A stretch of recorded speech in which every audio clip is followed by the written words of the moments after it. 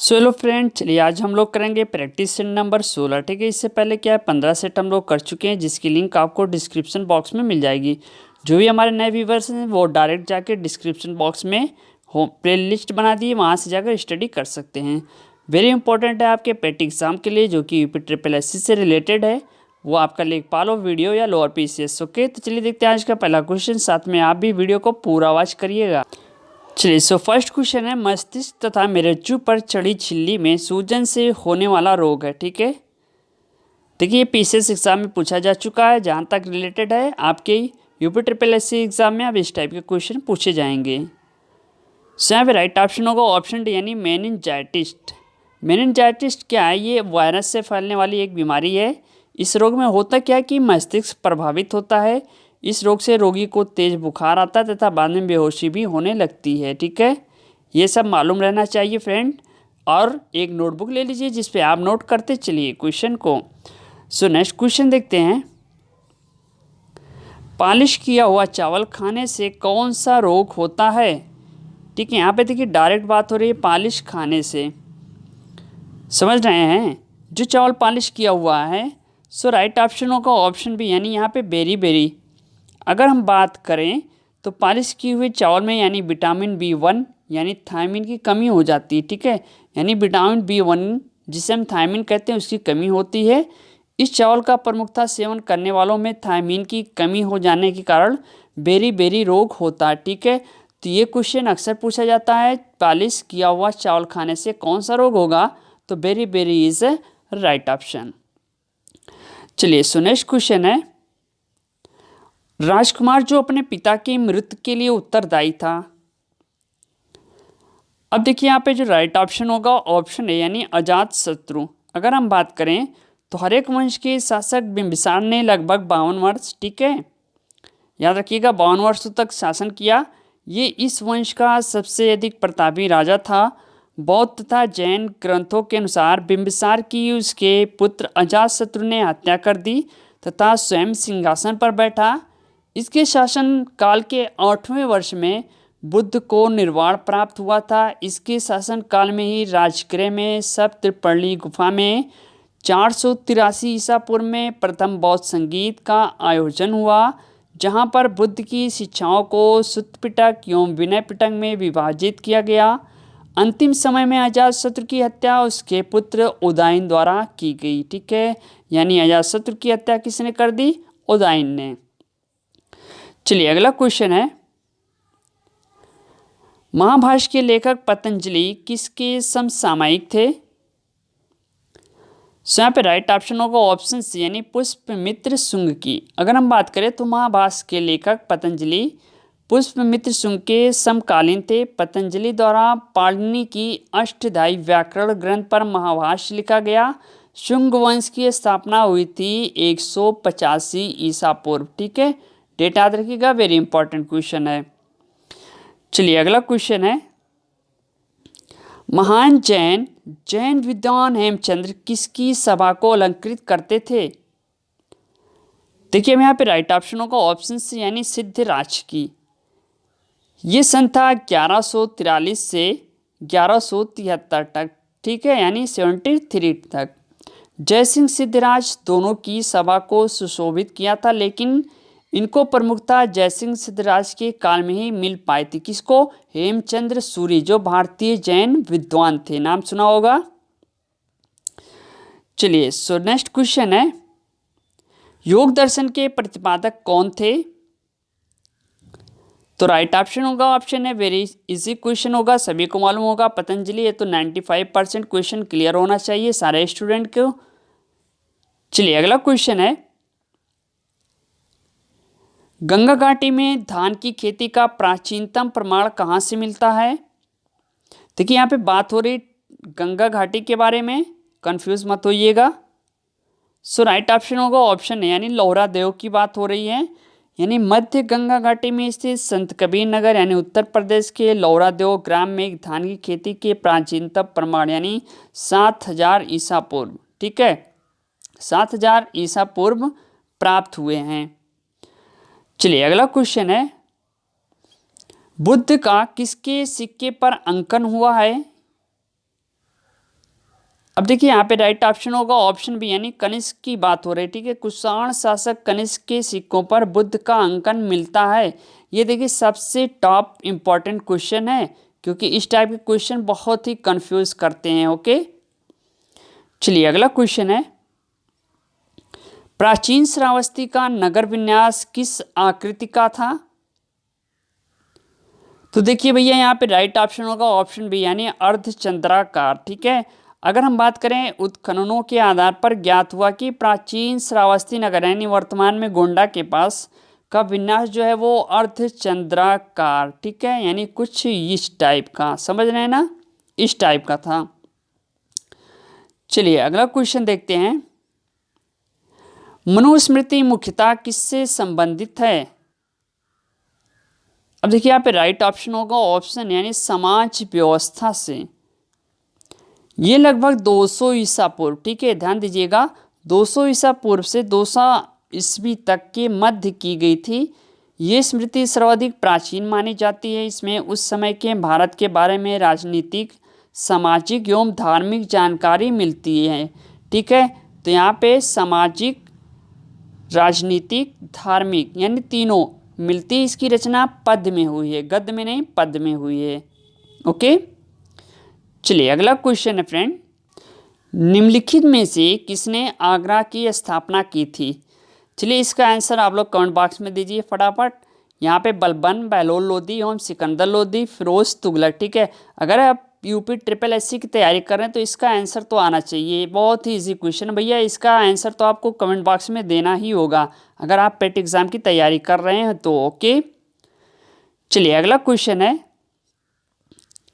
निम्न में से कौन सही नहीं, ठीक है। यहाँ पे देखिए नहीं शब्द लगा, वेरी इंपॉर्टेंट है इस टाइप के क्वेश्चन जहाँ पे नहीं शब्द और अर्थात नॉट का वर्ड यूज होता है। ओके, चलिए बताइए फ्रेंड इसका राइट ऑप्शन कौन सा होगा? वेरी इंपॉर्टेंट है यहाँ पे अजमेर कुव्वतुल इस्लाम, ठीक है। चलिए तो राइट ऑप्शन होगा ऑप्शन ए, यानी अजमेर कुव्वतुल इस्लाम।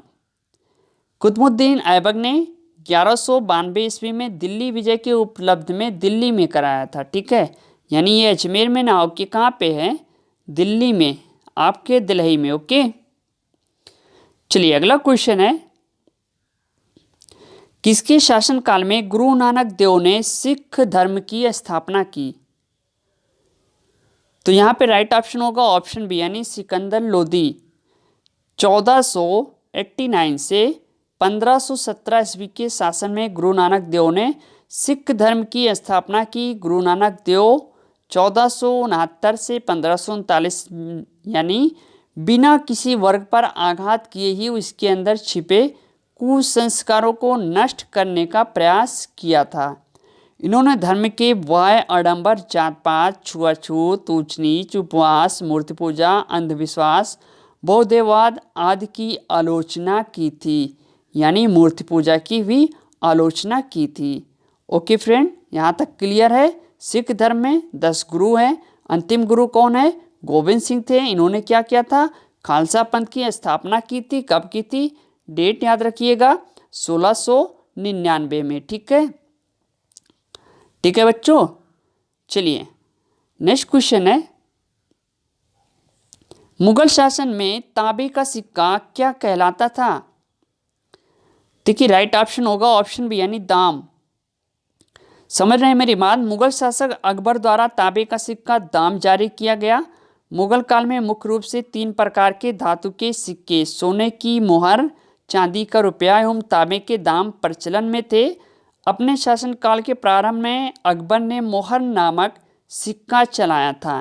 देखिए एक और सिक्का चला था, मोहर, ठीक है। अब ये भी क्वेश्चन पूछते, क्योंकि बहुत ही डीपली क्वेश्चन पूछते हैं यार, बहुत ही अंदर जाके क्वेश्चन पूछते हैं, माइंड कंफ्यूज हो जाएगा, ठीक है। तो पेट एग्जाम जो है ये भी हाई रहने वाला है, तो आप ये नोट करके चलिएगा, ठीक है। ये मन नहीं सोचिएगा कि आपको ऊपर से क्वेश्चन पूछ लिए जाएंगे। चलिए अगला क्वेश्चन है, HSRA की स्थापना कहाँ हुई थी? समझ रहे हैं? Hindustan Socialist Republican Association. So right option होगा ऑप्शन बी यानी दिल्ली में। बहुत ही इम्पोर्टेंट क्वेश्चन है, वेरी वेरी इंपॉर्टेंट क्वेश्चन है, याद कर लीजिएगा, इसको नोट भी करते चलिएगा। चलिए नेक्स्ट क्वेश्चन है, द इंडियन स्ट्रगल नामक पुस्तक किसने लिखी? देखिए यहाँ पे द इंडियन स्ट्रगल नामक पुस्तक के बारे में बात हो रही है। सो राइट ऑप्शन होगा ऑप्शन डी यानी सुभाष चंद्र बोस ने। द इंडियन स्ट्रगल नामक प्रसिद्ध पुस्तक को सुभाष चंद्र बोस ने लिखा। ये पुस्तक ऑक्सफोर्ड यूनिवर्सिटी प्रेस द्वारा प्रकाशित है, ठीक है, यानी ऑक्सफोर्ड यूनिवर्सिटी। ऑक्सफोर्ड यूनिवर्सिटी कहाँ पे स्थित है? किसी को मालूम होगा तो कमेंट बॉक्स में हमें कमेंट करके बता सकता है फ्रेंड। चलिए नेक्स्ट क्वेश्चन होगा, निम्न में से कौन सा एक स्थान सबसे कम वर्षा प्राप्त करता है, यानी सबसे कम वर्षा होती है? सो राइट ऑप्शन होगा ऑप्शन बी यानी लेह। अगर हम बात करें तो भारत में सबसे कम वर्षा लेह में होती है, राजस्थान में सबसे कम वर्षा जैसलमेर में, ठीक है। अतः स्पष्ट है कि लेह भारत का सबसे कम वर्षा वाला स्थान है। सबसे कम, सबसे ज़्यादा कहाँ पे होती है आपके मालूम होगा सभी को। चलिए नेक्स्ट क्वेश्चन है, भारत के किस राज्य में फुल्लहर झील स्थित है? हाँ भैया, डायरेक्ट बात हो रही है फुल्लहर झील के बारे में, ठीक है, तो यहाँ पे भी कंफ्यूज मत होना। सबसे राइट ऑप्शन होगा ऑप्शन सी यानी उत्तर प्रदेश।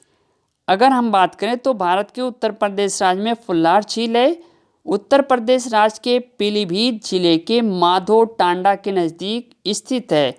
इसी झील से गोमती नदी की उत्पत्ति हुई है, जो लखनऊ से होकर बहती है फुल्लहर झील से। देखिए दो क्वेश्चन यहाँ पे हो गए ना, गोमती नदी की उत्पत्ति कहाँ से हुई है? फुल्लहर झील से, याद कीजिएगा। चलिए नेक्स्ट क्वेश्चन है, भारत की सबसे बड़ी जनजाति कौन सी है? यानी जनसंख्या के आधार पे यहाँ पे है, ठीक है, आपको जनसंख्या के आधार पे बताना है इसको। सो राइट ऑप्शन होगा ऑप्शन बी यानी गोंड की बात हो रही है। ये जनजाति अगर हम बात करें छत्तीसगढ़, मध्य प्रदेश, गुजरात इत्यादि राज्यों में पाई जाती है। गोंड शब्द की व्युत्पत्ति एक तमिल शब्द से हुई है जिसका अर्थ है पर्वत निवासी, यानी पर्वत पे रहने वाला। वेरी इंपॉर्टेंट है। इस जनजाति का विस्तार मुख्यतः सतपुड़ा पर्वतमाला से गोदावरी तक व्याप्त है। इन्हीं के नाम से मध्ययुग से गोंडवाना को प्रसिद्धि मिली, ठीक है, यानी इन्हीं के नाम से गोंडवाना को एक प्रसिद्धि मिली। समझ रहे हैं ना मेरी बात को। चलिए अगला क्वेश्चन है फ्रेंड, निम्न में से किस नदी का सबसे बड़ा जल ग्रहण क्षेत्र है? ठीक है, हाँ भैया, जल ग्रहण क्षेत्र के बारे में पूछ रहा है, तो अब यहाँ पे कंफ्यूज मत होइएगा। राइट ऑप्शन होगा ऑप्शन सी यानी गोदावरी का, ठीक है। कितना है? ये है आपका 3128113 वर्ग किलोमीटर। ओके, समझ रहे ना। इसके बाद कृष्णा नदी है, उसके बाद महानदी है, उसके बाद आपकी नर्मदा है। सो फ्रेंड, वीडियो कैसी लगी लास्ट में कमेंट में आप हमें कमेंट करके ज़रूर बताइएगा। और जो हमारे नए व्यूवर्स हैं यूट्यूब चैनल को सब्सक्राइब कर लेंगे और होम लिस्ट में यानी होम प्ले लिस्ट बना दी है, आप वहाँ से जाकर स्टडी कर सकते हैं। डिस्क्रिप्शन बॉक्स में जो भी हमारे नए व्यूवर्स हैं जिन्होंने अभी तक ये वीडियो नहीं देखी है, और वीडियो को ज़्यादा से ज़्यादा शेयर करने की कोशिश करना, ज़्यादा से ज़्यादा आप अपने साथियों तक पहुँचाना, जिससे आने वाली वीडियो का नोटिफिकेशन आप तक पहुँचता रहे। मिलते हैं नेक्स्ट वीडियो के साथ। Okay, best of luck, thank you.